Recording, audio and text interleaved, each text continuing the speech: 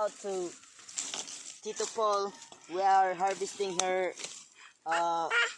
his root crops, so we can sell it. So we can have a lot of money. Yeah. Yeah, thank you Ninong Paul. Ikaw. For the farm. Thank you sa farm. Oh. Unsay imong iingon? Unsay imong iingon? Unsay imong iingon? This one is so big. Oh yeah. So big. Very kuya. delicious. And this one is a ball. Iyo, chill. Buwan mo ginoy. Ako ano na mami ka ng bula. Dili, bawal na ninyo gamitin. Nakuha na na. What are you going to say to Ninong Paul? Ako ang duwa-duwaan. Sa imong ingon? Thank you. Oh, thank you only. Oh. Okay.